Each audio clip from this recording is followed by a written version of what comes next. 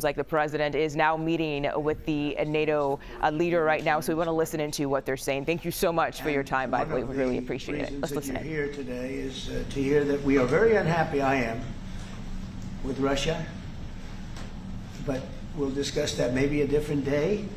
But we're very, very unhappy with them, and we're going to be doing very severe tariffs if we don't have a deal in 50 days.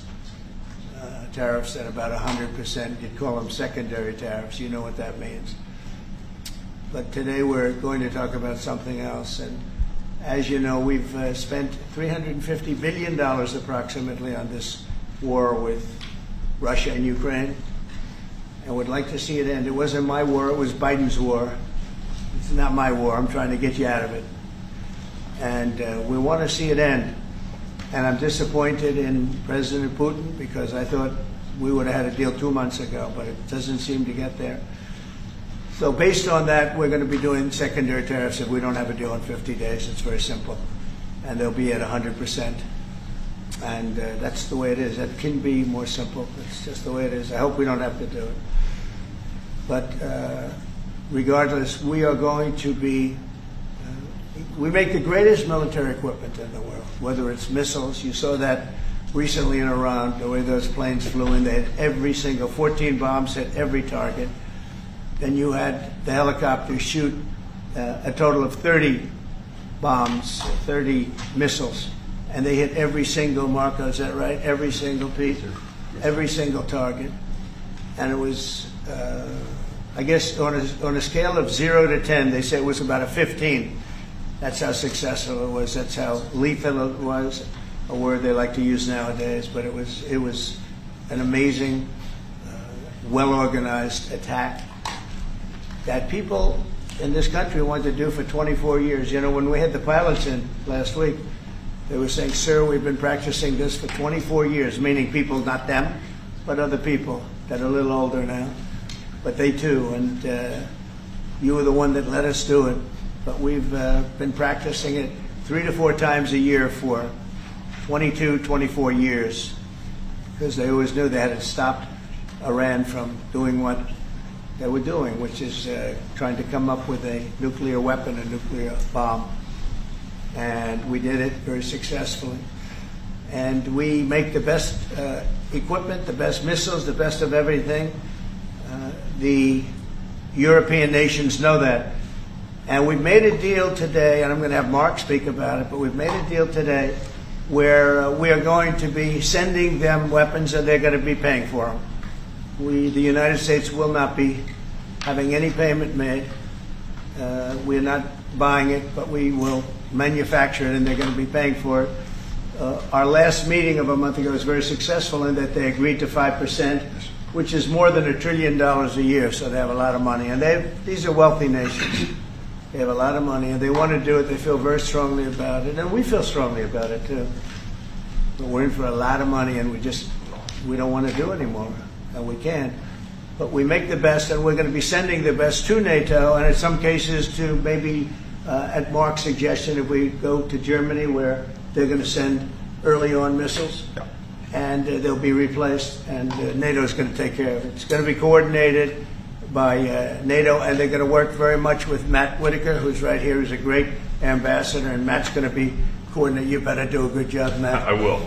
But Matt's going to coordinate. He's a very talented guy. He's going to coordinate everything. So in a nutshell, we're going to make top-of-the-line weapons, and they'll be sent to NATO.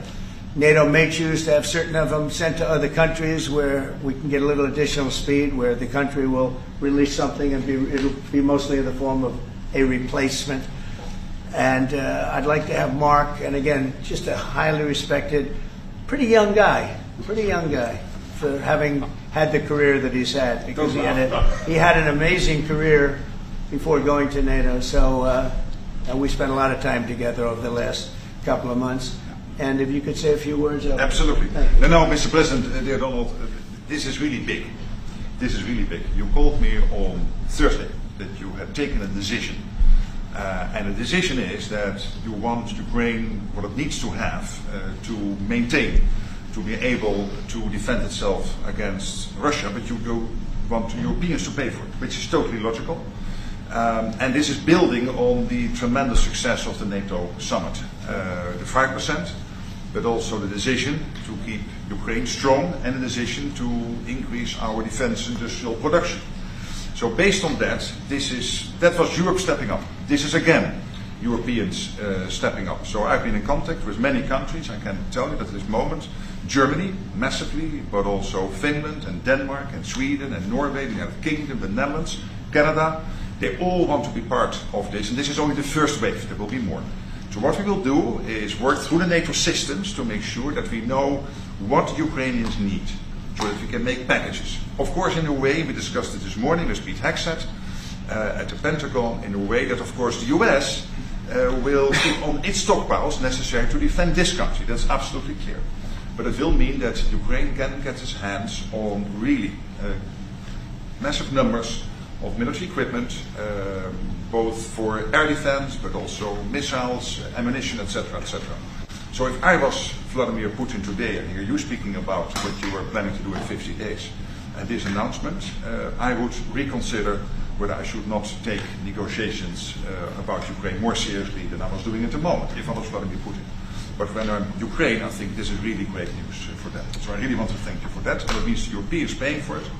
And again, I mentioned all these countries, we will deal with that. And exactly as you said, it might also mean that countries will move equipment fast into Ukraine and then the US later backfilling it because speed is of the essence here.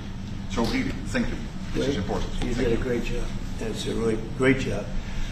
We've been very successful in settling wars. You have India, Pakistan, you have Rwanda and the Congo. That was going on for 30 years. India, by the way, and Pakistan would have been a nuclear war within another week, the way that was going. That was going very badly. And we did that through trade. I said, we're not going to talk to you about trade unless you get this thing settled, and they did. And they were both great leaders, and they were great. But Rwanda and the Congo, that was going on for 30 years, and at least 7 million people killed, and killed with a lot of pretty rough weapons like machetes, heads chopped off, going on for many years. You couldn't even get near the countries. Nobody wanted to get near. It's so frightening. And we got that one solved. Serbia, Kosovo, got that solved. That was going to be one that was going to happen. And again, that was something I use. I use trade for a lot of things, but it's great for settling wars. That was really very important. We're working, Marco is working very hard with everybody here on the Strip, the Gaza Strip. I call it the Gaza Strip, one of the worst real estate deals ever made. They gave up the oceanfront property, one of the worst deals ever made. But it was supposed to bring peace, and it didn't bring peace. It brought the opposite. But we're doing pretty well on Gaza. Steve Witkoff is here, and I think we could have something fairly soon to talk about. And we solved another one, that we just seem to have, Armenia and Azerbaijan. It looks like that's going to come to a conclusion, successful conclusion. We worked on Egypt with a next-door neighbor who is a good neighbor. They're friends of mine, but they happened to build a dam which closed up water going into a thing called the Nile. I think if I'm Egypt, I want to have water in the Nile, and we're working on that one. It's a problem, but it's going to get solved. They built one of the biggest dams in the world, a little bit outside of Egypt. You know about that? You've been hearing about that one. And that turned out to be a big problem. I don't know. I think the United States funded the dam. I don't know why they didn't solve the problem before they built the dam. But it's nice when the Nile River has water. It's a very important source of income and life. It's the life of Egypt. And to take that away is pretty incredible. But we think we're going to have that solved very quickly. So we do good. The only one we haven't been able to get to yet is Russia. I'm not happy, and I will tell you that Ukraine wants to do something. Again, it's a war that should have never started. If I were president, it never would have happened. I used to speak to President Putin about it a lot. It was the apple of his eye. But once I saw what was going on, I said, they're going to have a war here. I was outside. Election was rigged. And I was outside looking in, and I said, that thing's going to be a war. Couldn't believe it, because what Biden said was the exact opposite. of what should have been said. And it started, and it's a real mess. We're losing, I guess they're losing 5,000 or 6,000 people a day. It's actually now more. I was saying 5,000 a day. It's actually more now. Mostly soldiers, but a lot of people in cities and towns that are getting blown up too. It's a horrible war, and it should be stopped. And so if it's not done, if we don't have an agreement in 50 days, that's what we're doing. Secondary tariffs, and they're biting. And I hope we don't get to the point where we do, but I've been hearing so much talk. It's all talk. It's all talk, and then missiles go into Kiev and kill 60 people. It's got to stop. It's got to stop. But the purpose of this is to say that this is a very big deal we've made. This is billions of dollars worth of military equipment is going to be purchased from the United States, going to NATO, etc. And that's going to be quickly distributed to the battlefield. Ukraine will take it up. And, you know, say what you want about Ukraine. When the war started, they had no chance. And they still would have had no chance if the equipment, they had the best equipment, because we do make the best planes and missiles, and we make the best military equipment in the world by far. You know, we have new things coming out that are beyond belief, and I'm very excited about the Golden Dome. It's going to give us very strong protection. We've already started that. But they had courage, because somebody has to use that equipment. And they fought with tremendous courage, and they continue to fight with tremendous courage. But they don't have, they're losing on equipment, and Russia's really taken a very positive, very strong, I mean, what they've done the last couple of weeks. Without military reasons. So what they are doing is 700 drones a day, missiles, bombing cities. This is not because of military goals. It is just creating panic, keeping people out of their sleeps, hitting towns. It's really terrible, and it is meaning a lot of people lose their lives, but also the infrastructure, whole cities being Well, they're wiping out the electric. It's going to take years to rebuild it. That's going to be the next problem.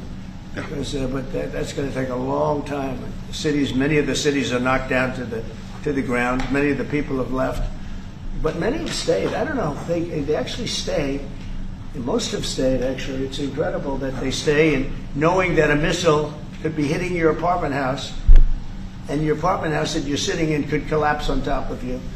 And they do very heavy construction. They don't use rebar. They do very thick concrete construction.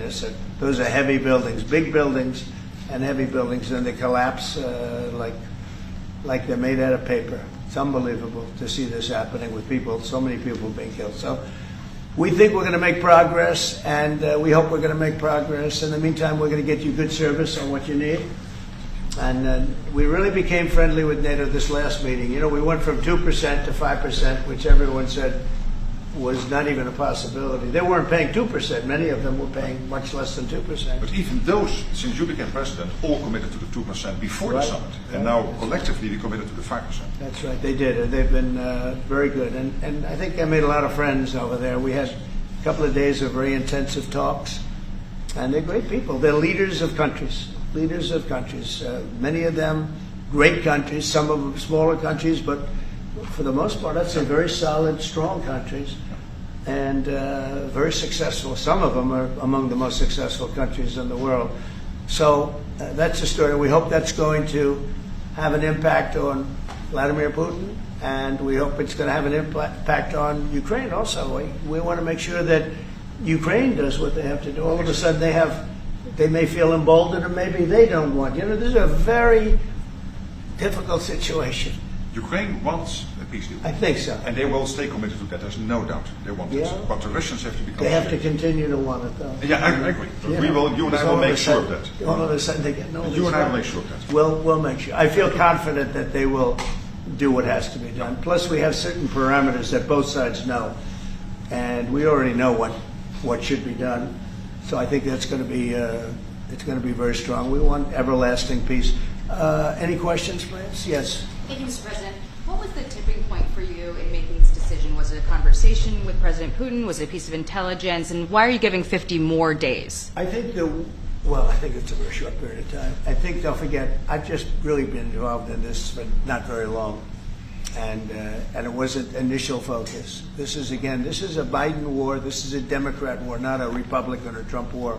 This is a war that would have never happened. It shouldn't have happened. A lot of people being killed. When the final numbers come in, you're going to see a lot more people are being killed in this war than you think, than you've been writing about. It's a very deadly war. They're all bad, but this is a very deadly war. The numbers are going to be far greater. When an apartment house comes down, and they say 2 people were slightly injured. No, many people were killed, and those numbers will be at some point accurately reported. So far, they're not. It's a deadly war. I think that you're just going to see. I think you're going to see strong movement. I hope so. I hope so. And what about the secondary tariffs are very, very powerful. What about the tariffs that the Republicans in the House and the Senate have ready? Those were 500%. Sure. Why are you doing 100%? Well, the Republicans are moving very strongly in the Senate, giving us total control of it. But I'm not sure we need it, but it's certainly good that they're doing it. And Lindsey Graham's working hard. The whole John Thune, all of them, they're all working hard, and they're in coordination with Mike Johnson, Speaker in the House. And I think they've actually crafted a pretty good piece of legislation. It's probably going to pass very easily, and that includes Democrats. And there's some little tweaks, but I don't want to say I don't need it because I don't want them to waste their time. It could be very useful. We'll have to see. But we can do secondary. We're probably talking about 100% or something like that. So can you clarify We can do for me? secondary. We can do secondary tariffs without the Senate, without the House. But what they're crafting also could be very good. So are you suggesting then that the Congress should move forward with those sanctions, the 500%, and that your 100 would be a separate additional package? Yeah, I mean the 500 is, sort of meaningless after a while because at a certain point it doesn't matter. It's not going to be, 100. 100 is going to serve the same function. But I have it at 100%. They may have it. I don't know what they're going to end up with. They may have it at 100 too. They may have it at 500. But they're doing some good work in the House, and I think in the House and the Senate. And as you know, they're coordinated, and they can have it done quickly. They said they'll have it as quickly as I need it. So we'll see. We're talking to him. In fact, John Thune's coming over later on to talk. Did you call for it yet? Yeah, he's gonna come over. Thank you, Mr. President. Is it your view that Vladimir Putin mischaracterized his dedication to? Is it your view that Vladimir Putin did not clarify his intention to a peace deal? Well, and what happens now in the next phase? Is there? We're going to see. I mean, we're going to go for a period of time. Maybe he'll start negotiating. I think I felt, I don't know about you, Mark, but I felt that we had a deal about 4 times. Mm-hmm. And here we are, still talking about And he didn't send serious people to the negotiations. So I remember that you were able, with Marco Rubio and with Steve Witkoff, to get these talks going in Istanbul. Yep. I remember I was myself in Turkey for NATO business in May, and we really put pressure on the Ukrainians to send a senior team into Istanbul, and they did. But then the Russians came up with this historian explaining history of Russia since 1250. We thought, and I thought, we should have had a deal done a long time ago. But it just keeps going on and on and on. And every night people are dying. A lot of people, a lot of Russian soldiers are dying, by the way. And a lot of Ukrainian soldiers too. But a lot of Russian soldiers are dying. 100,000 Russian soldiers since 1st of January. Since January. 100,000 Russian soldiers dead since January. So if anybody in Moscow is listening to this, again, 100,000 dead Russians since January. This is what President Putin is doing at the moment. Yeah, please. Will these be Patriot missiles specifically, or Patriot batteries that you're planning? And Everything. when do you everything. It's everything? Patriots. It's all of them. It's a full complement with the batteries. And when do you expect them to arrive in Ukraine, sir?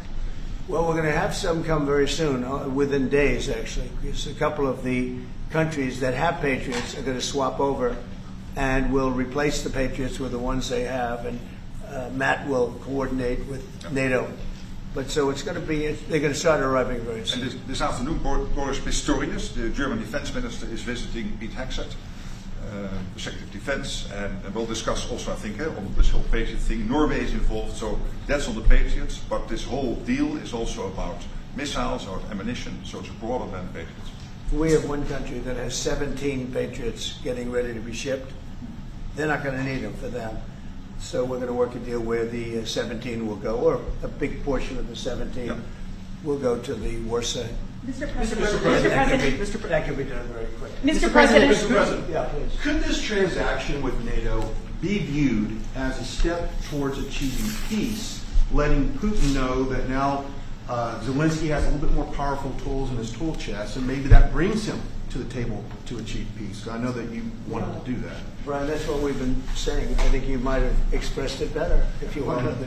I'm just That's trying to exactly what That was a summary. That was a nice summary. I think he's done better than us. He's a very good guy, I can tell you that. But no, it's well said. Yeah, I think this is a chance at getting peace. Or it's just going to be the same thing. I have to tell you, Europe has a lot of spirit for this war. A lot of people, when I first got involved, I really didn't think they did, but they do. And I saw that a month ago, and you were there, many of you were there. The level of esprit de corps, spirit that they have is amazing. They really think it's a very, very important thing to do, or they wouldn't be doing it. Look, they're agreeing to, they're paying for everything. We're not paying anymore. We have an ocean separating us. I said, we have a problem. We make the best stuff, but we can't keep doing this. And Biden should have done this years ago. He should have done it from the beginning, but he didn't. He didn't know he was there. This guy, what a horrible job they did for this country. And I just hope between the border and this and so many other, inflation, what a horrible administration. The worst administration in history, in my opinion. That's not my opinion. I think it's everybody's opinion. But this is something that shouldn't have happened, and we're going to see if we can end it. If I can follow up. I do want to make one statement. Again, I said it before. This is not Trump's war. We're here to try and get it finished and settled and whatever. Because nobody wins with this. This is a loser from every standpoint. From day This one. was Biden, and this was other people. And it's a very sad. It's a very sad situation. This gentleman's doing a great job. I think he's going to get it, and Matt and everybody else that's working on it. I think he'll get this thing over with, hopefully. Mr. President, you've praised European countries today as standing up for Ukraine, as being strong. Will you allow them to continue to negotiate tariffs lower than 30% before August 1st, or is the deal set at this point? What does that mean? You mean you're talking about the tariffs? On trade, on tariffs. You're back on tariffs. You're on a more friendly tariff, right? A little bit more friendly tariff. Perhaps. No, we're going to be talking to people. We have, I watched the show this morning. They were talking about, well, when's he going to make the deal? The deals are already made. The letters are the deals. The deals are made. There are no deals to make. They would like to do a different kind of a deal, and we're always open to talk. We are open to talk, including to Europe. In fact, they're coming over. They'd like to talk to us. Mr. President, is there any concern about the U.S. stockpiles? There was a pause in delivery of weaponry to Ukraine in order to evaluate, apparently, the U.S. stockpiles. What came out of that? Evaluation. I mean, this was a very big, what we're talking about today is a very, very big day.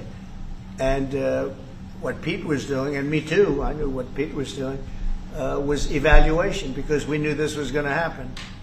And now we actually announced it. They voted on it. It's all been done. So obviously that has a big impact on, when you say pause, obviously you're not going to be doing things if you don't know what's going to happen here. But we were pretty sure this was going to happen, so we did a little bit of a pause. But this is a very big event today. This is something very big. If Putin escalates further, how far are you willing to go in response? In what? How far are you willing to go if Putin were to escalate, send more bombs in the coming days? Don't ask me a question like that. How far? I want to get the war settled. They're not Americans that are dying in it, and I have a problem, and JD has a problem. It's a stance that he's had for a long time. They're not Americans dying, but there are a lot of people dying, and on something that should be able to be settled.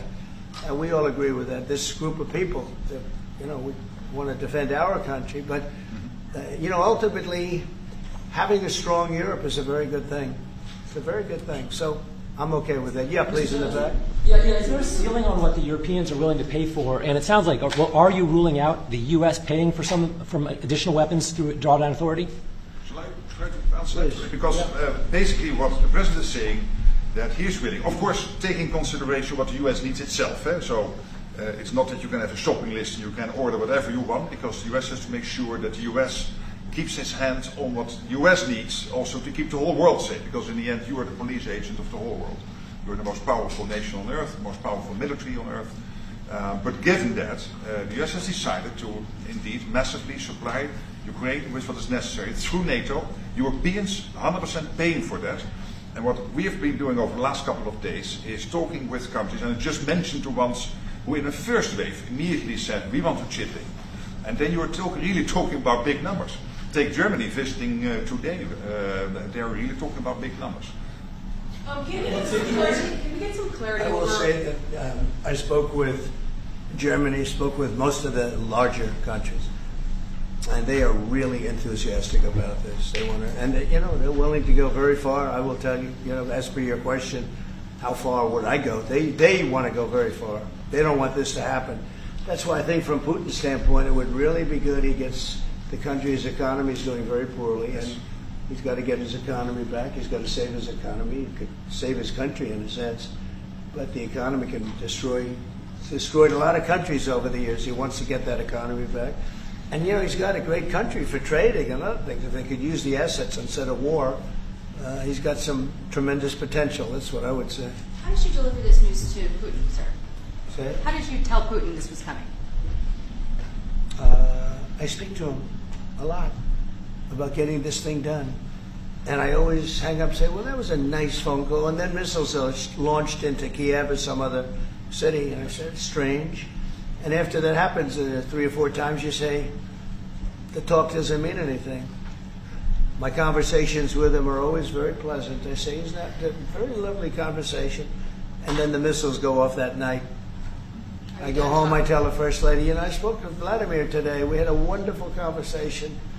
She said, oh, really? Another city was just hit.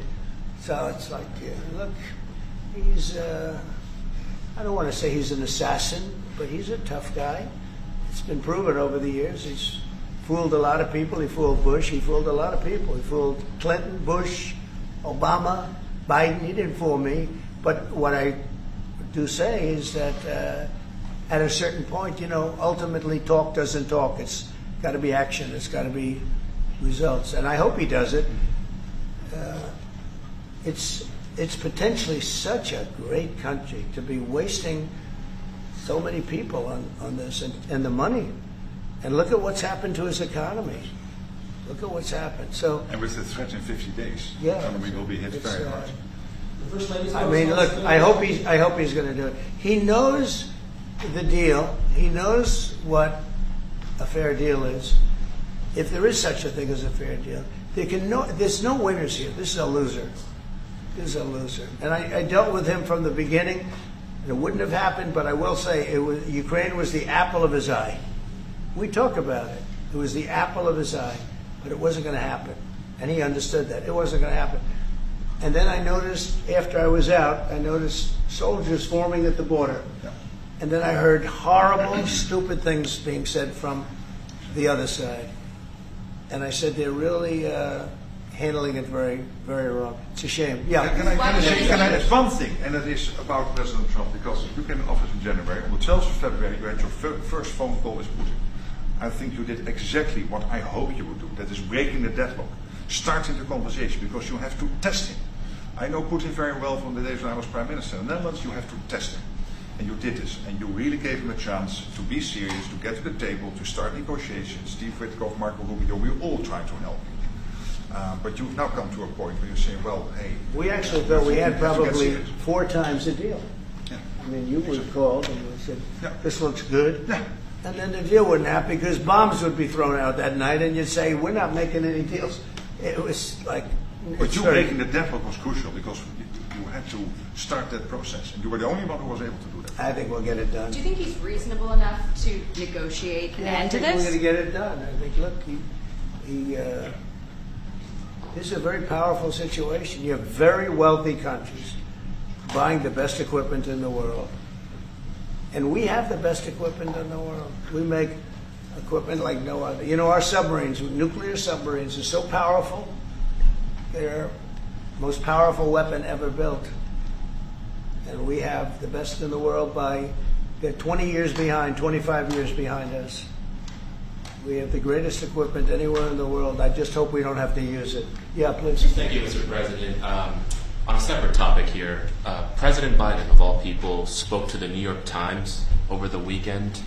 He did not speak to them on the record during his time in office at all, but he spoke to them recently.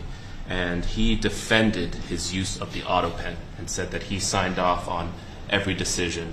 But at the same time, the Times reports that he did not individually approve each name for the categorical pardons that applied to large numbers of people.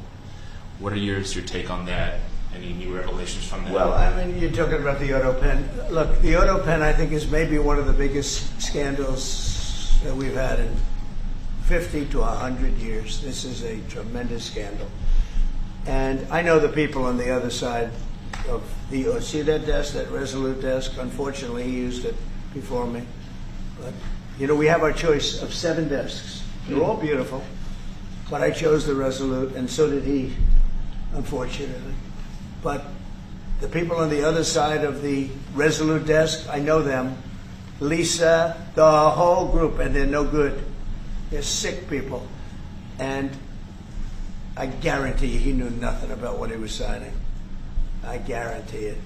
So they're going to figure it out, and we'll see what happens. But to me, the auto pen, you know, you elected president. You know what the auto pen is supposed to do? Sign thousands of letters from young people that write. We get thousands of letters a week, Susie, right? Thousands. I mean, tens of thousands sometimes. I look at a room, there's a room where we have many, many people working, responding and sending letters back. That's what an auto pen's supposed to be. To write to a young 7-year-old boy that writes to the president, and he wants to be president someday, and he loves America. That's what the auto pen's supposed to be. It's not supposed to be for signing major legislation and all the things. No, the auto pen, and I doubt he knew. I doubt they even spoke to him about it. I think they had, it's called the freewheeling auto pen. Like, Biden was never for open borders. Biden was never for transgender for everyone. So I don't think I think the radical left people that took over the White House, and if I didn't win, our country was finished. You know, when I was in, and I said this a couple of times, I hope I don't bore you with it, but when I was in Saudi Arabia, I was in Qatar, I was in UAE, and then I met with all of your leaders, yes, including you, a great leader. He's now the leader of many countries, not just one. No. But I met with a lot of leaders over the last 2 months in the Middle East and all of the NATO countries. And I will tell you, they had one common phrase. They thought America was dead 1 year ago. And today they say, and they all say it, and I hope you'll back me up in this, but they say now it's the hottest country anywhere in the world. It is. Look at our numbers. Look at the numbers we made. You see, we made $25 billion last month. We didn't make that for years. The tariffs are kicking in. The economy is very strong. Even though we have a Fed person who's terrible, he doesn't know what the hell he's doing, but that's all right. We blow through interest rates. We're doing so well, we blow through it. Be nice because people would be able to buy housing a lot easier. But think of it. We thought your country was dead, and they were dealing with China because they were really going to China, but not anymore. But we thought your country was dead, and now you have the hottest country anywhere in the world. So we've done a really good job, and it's an honor to have this man. This man is a star, and he's going to be dealing with another one of my stars, Matt, and you're going to do a great job, Matt Whitaker. Okay? Thank you very much, everybody. Thank you. Thank you, guys. Thank you, guys. Thank you, guys. Thank you, guys. Thank you. Thank you very much.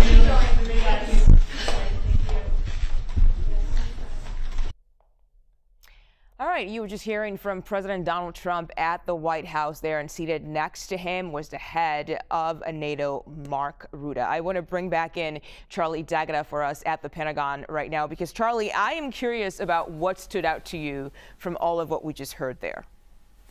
Yeah, well, I just watched it now. There was a slight time lapse here.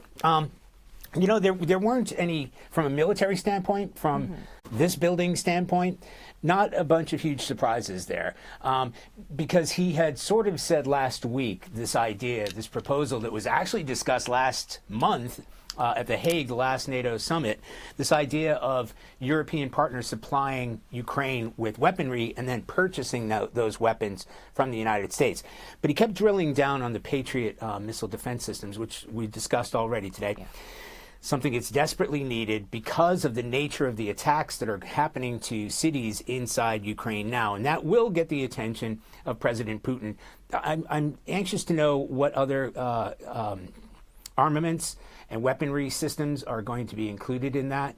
But there are dozens of these Patriot missile defense systems across Europe. You mentioned Germany specifically. The German defense minister is due here in a couple hours, 2 o'clock. So we may get more details about that because Germany has quite a few of those Patriot systems. There are a couple in Poland, of course. The Polish want to keep those systems there too. So this will be, and as you heard the Secretary General say, that this is going to be flooding Ukraine with those kind of weapons. And importantly, by doing this from Europe, obviously, just look at the geography. It's much quicker, and that was pointed out in that meeting. They can move those weapon systems from European partners and then backfill those European NATO partners with U.S. systems. And I think it's also worth pointing out here that President Trump was able to get NATO partners to pony up their 5% GDP spending. I've heard it discussed, it kind of makes it sound like there's some sort of NATO kitty. It's not that. They're not contributing to NATO overall.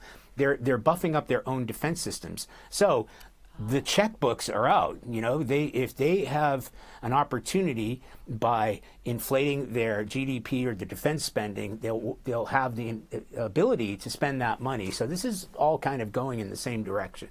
Yeah, I'm kind of curious, though, because obviously it seems like Mark Rutte, the president, they seem to have this great rapport, this friendship maybe. But at the end of the day, the goal is to end the war between Ukraine and Russia. It doesn't seem like this step will actually lead to that. The question is whether or not Putin will see this as maybe this is time for us to finally come to the table and have a conversation about ending this war. What is your thought on that?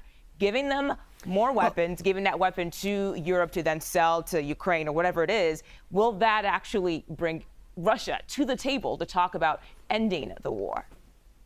You know, it's a very good point that you make there. You know, it seems counterintuitive that if you want to bring peace, why are you increasing the intensity of conflict? The thinking may be now that President Trump has tried to finesse President Putin to some negotiation, and he expressed his frustration and the idea of, you know, slapping on more tariffs in 50 days. He's saying, you know, he's disappointed that he has a phone call with President Putin during the day, and at night President Putin will then go ahead and bomb Ukraine. So this is a different approach. It's by, I mean, it wasn't that long ago. Forget about the pause that we were talking about last week, because there's some sort of controversy about what exactly that meant. Right. But he slowed down the amount of weapons that the Biden administration was already supplying Ukraine with. So there was an actual pause on that presidential drawdown authority. Billions of dollars of weapons that are essentially slated for Ukraine. So this is sort of a repackaging of systems that have already been in place, and encouraging, as he has made abundantly clear, encouraging NATO partners to step up. And his relationship with the Secretary General was forged before the Secretary General took this position. So they have been friends, and Mark Rutte is speaking the language of President Trump, saying he agrees that European partners, and he especially pointed out the ones that are close. He mentioned Germany, United Kingdom. Obviously, these are the larger countries, but places like Sweden and Finland, you know, they've got some skin in the game when it comes to Russia because of their geographic location. So I'll be interested to see what weapons programs that they're talking about, how many, and how quickly they're going to move those systems in. But this is the mood music has changed in the past few weeks, and it shows a frustration. Now, whether you can strong-arm President Putin to the negotiating table, that hasn't been a tactic that has worked in the past. So I think we can expect an escalation in the next few weeks, as we've seen through most of the summer. Yeah, and speaking of strong-arming Putin, I want to ask you about sanctions, because we know lawmakers, we talked about this earlier with Wei Zhejiang, they're talking about possibly a 500% tariff when it comes to those sanctions. But then you also have Trump there. I believe he said 100%. So that's different from what lawmakers are currently working on. But I think my question really to you, Charlie, is Russia is already facing, I think, a lot of sanctions at this point. So who says that this one, adding another sanction where countries like Brazil or even China won't be able to buy oil from them, adding more sanctions, would that really make a difference at this point? Because it does seem like Russia is facing a lot of sanctions already. Right, of course, and they've faced sanctions from the United States since and most Western countries since the war began. But by going after countries like China and India, you just make it economically difficult for them to continue doing business with Russia. So there is an opportunity there, because quite frankly, you know, Russia's GDP, if you were to take out oil and gas, is less than Italy. They just don't have decent exports. So if you are able to crank that down, which is paying for the Russian war machine, President Putin realizes that by doing business, at far decreased rates to places like China, India, Brazil, they can buy cheap oil. It continues to fund his war machine, and he continues to be able to prolong this conflict. And it must be said, this isn't something, if you were to stop, if China and India were to stop doing business with Russia, that wouldn't have an impact overnight. The war machine is up and running, and it is hugely capable. The Russians are hugely capable. If this ever came down to a war of attrition, everybody knows, including the Russians, that they had the long game in mind. It's vastly larger than Ukraine, and it's got a massive industrial base that has been cranking out long before this conflict began. Wow. All right, Charlie D'Agata for us at the Pentagon. We thank you so much for your insight, as always. Appreciate your time today. Thank you.